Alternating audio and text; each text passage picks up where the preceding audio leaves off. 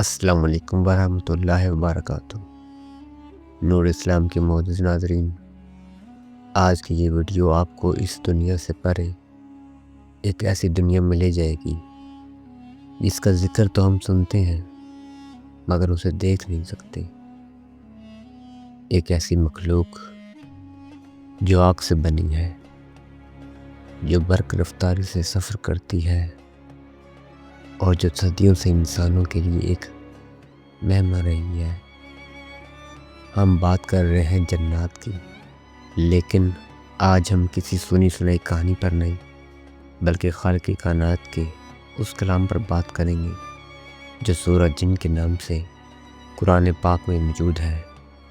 کیا آپ جانتے ہیں کہ وہ کون سا لمحہ تھا جب کائنات کے اس پوشیدہ لشکر نے محمد صلی اللہ علیہ وسلم کے سامنے سر جھکا دیا؟ وہ کیا وجہ تھی کہ آسمان کے پہرے سخت کر دیے گئے اور جنات پر آگ کے انگارے برسنے لگے؟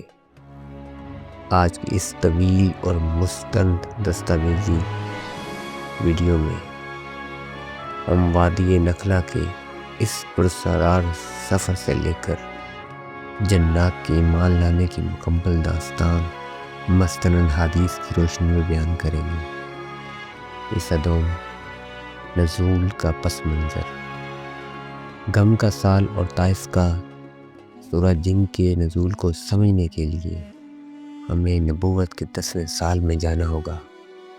یہ وہ سال تھا جسے نبی صلی اللہ علیہ وسلم نے عام الحزن یعنی غم کا سال قرار دیا۔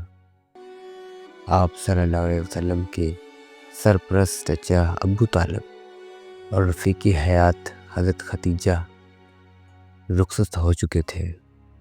مکہ کی زمین آپ صلی اللہ علیہ وسلم پر تنگ کر دی گئی تھی۔ اسی عالم میں آپ صلی اللہ علیہ وسلم طائف تشریف لے گئے، اس امید کے ساتھ کہ شاید وہاں کے لوگ حق کی آواز سن لیں، مگر طائف والوں نے جو سلوک کیا وہ تاریخ کا سیاہ ترین باب ہے۔ آپ صلی اللہ علیہ وسلم پر پتھر برسائے گئے، یہاں تک کہ آپ صلی اللہ علیہ وسلم کے جوتے خون سے بھر گئے۔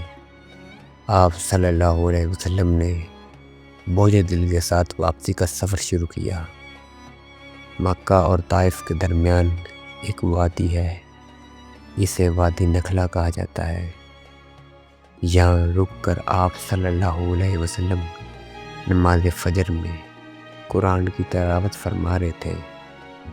آپ صلی اللہ علیہ وسلم کو گمان بھی نہ تھا کہ ریگستان کی اس خاموشی میں انسانوں نے بھلے راستہ نہ دیا ہو، مگر آسمانی مخلوق کا ایک وفد آپ صلی اللہ علیہ وسلم کا منتظر ہے۔ حصہ سوم، آسمانی پہرے اور جنات کی کھوج۔ صحیح بخاری میں حضرت ابن عباس سے روایت ہے کہ جنات کو آسمانوں سے خبریں لانے سے روک دیا گیا تھا۔ اس سے پہلے جنات آسمان کے قریب جا کر فرشتوں کی باتیں سن لیا کرتے تھے، لیکن اچانک اب ان پر شہاب ثاقب کا حملہ ہونے لگا۔ جنات کے سرداروں نے ہنگامی اجلاس بلایا۔ انہوں نے کہا، آسمان کے پہرے بلا وجہ سخت نہیں ہوئے، زمین پر کچھ بہت بڑا واقعہ ہوا ہے جو ہماری رسائی روک دی گئی ہے۔ جاؤ، مشرق اور مغرب میں پھیل جاؤ اور تلاش کرو کہ وہ کیا چیز ہے۔ جنات کی ایک ٹولی جو نصیبن کے علاقے سے آئی تھی وادی نخلا سے گزری۔ وہاں انہوں نے ایک ایسی آواز سنی جو کائنات کی سب سے میٹھی اور پر اثر آواز تھی۔ وہ محمد صلی اللہ علیہ وسلم کی تلاوت قرآن تھی۔ حصہ چارم، جنات کا مکالمہ اور حیرت انگیز اعتراف۔ جنات نے جب قرآن سنا تو وہ ایک دوسرے سے کہنے لگے، خاموش ہو جاؤ، سنو۔ سورہ کاف آیت 29۔ جب تلاوت ختم ہوئی تو ان کے دل بدل چکے تھے۔ سورہ جن کی تفسیر اللہ تعالیٰ فرماتا ہے قُلْ أُوحِیَ إِلَیَّ أَنَّهُ اسْتَمَعَ نَفَرٌ مِّنَ الْجِنِّ۔ جنات نے اپنی قوم میں جا کر جو گواہی دی وہ سورہ جن کا قلب ہے۔ انہوں نے کہا ہم نے ایک ایسا قرآن سنا ہے جو عجائب سے بھرا ہوا ہے، یہ رشد و ہدایت کا راستہ دکھاتا ہے، اس لیے ہم اس پر ایمان لائے اور اب ہم کبھی اپنے رب کے ساتھ کسی کو شریک نہیں کریں گے۔ یہاں ایک اہم نکتہ ہے۔ جنات نے تسلیم کیا کہ اللہ کی کوئی بیوی ہے نہ بیٹا۔ یہ ان جنات کا اعتراف تھا جو اب تک بھٹکے ہوئے تھے۔ انہوں نے یہ بھی مانا کہ ہم میں سے کچھ صالح ہے اور کچھ گمراہ، یعنی جنات میں بھی فرقے اور مذاہب موجود ہیں۔ حدیث کا حوالہ صحیح مسلم حدیث نمبر 450 میں ذکر ہے کہ جنات نے نبی صلی اللہ علیہ وسلم سے ملاقات کی اور اپنی خوراک کے بارے میں پوچھا۔ آپ صلی اللہ علیہ وسلم نے فرمایا ہر وہ ہڈی جس پر اللہ کا نام لیا گیا ہو وہ تمہارے ہاتھ آتے ہی گوشت سے لبالب بھر جائے گی۔ اسی لیے نبی صلی اللہ علیہ وسلم نے ہڈی اور لذ سے استنجا کرنے سے منع فرمایا کیونکہ یہ جنات اور ان کے جانوروں کا رزق ہے۔ حصہ پنجم، انسانوں کی غلطی اور جنات کا خوف۔ سورہ جن کی آیت نمبر 6 ایک بہت بڑے سماجی مسئلے کی نشاندہی کرتی ہے۔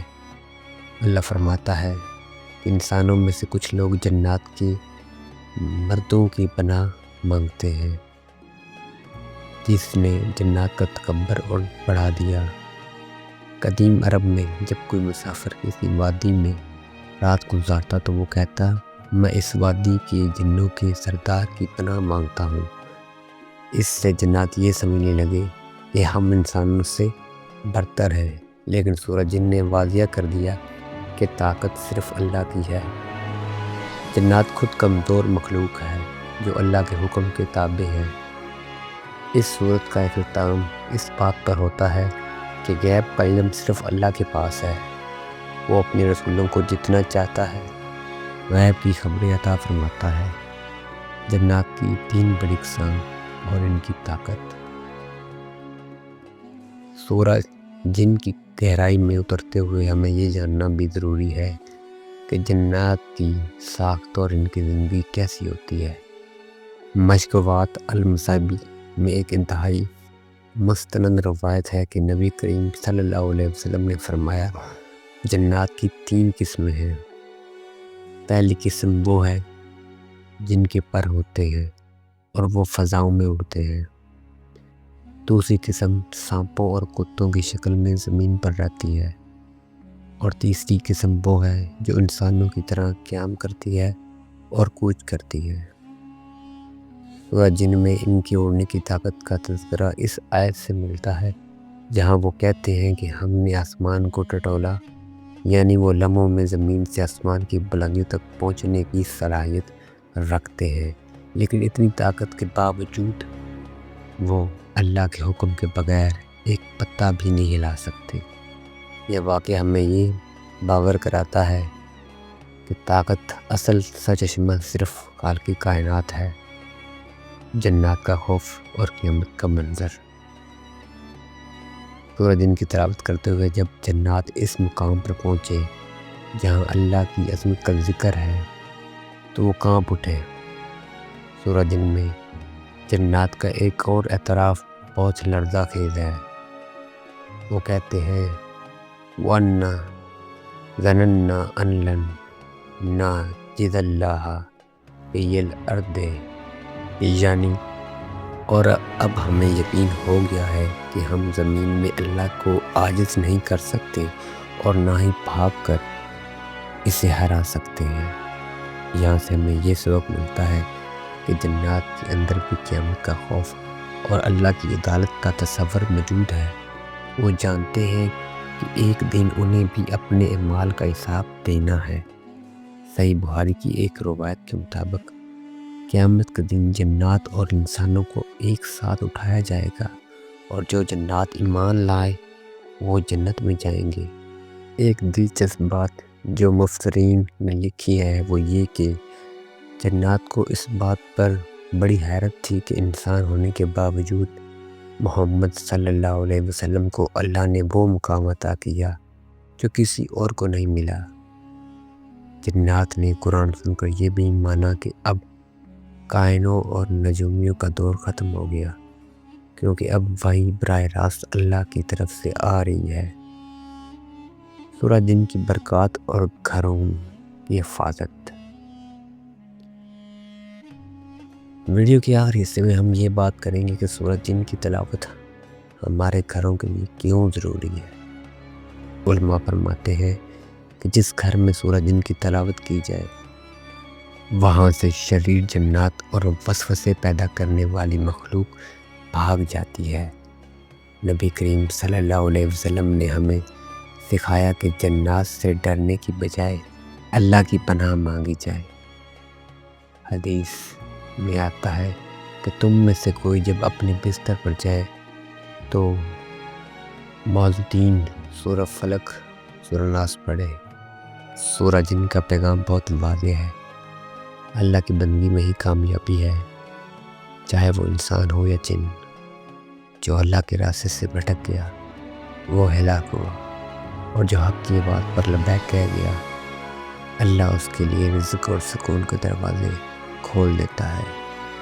عزیزان گرامی، سورہ جن ہمیں یہ سکھاتی ہے کہ ہدایت کسی کوئی معراج نہیں، ایک جن بھی اسے پا سکتا ہے اگر وہ سچے دل سے سنے۔ وہ نبی صلی اللہ علیہ وسلم جو طائف میں تنہا تھے، اللہ نے انہیں دکھا دیا کہ ان کا کلام صرف انسانوں کے لیے نہیں بلکہ کائنات کی ہر مخلوق کے لیے شفا ہے۔ نور اسلام کی اس تفصیلی پیشکش کو دوسروں کے ساتھ شیئر کریں اور کمنٹ میں بتائیں کہ آپ اگلی ویڈیو اس سورہ یا واقعے پر دیکھنا چاہتے ہیں۔ اللہ ہم سب کو قرآن سمجھنے کی توفیق دے۔ اللہ حافظ۔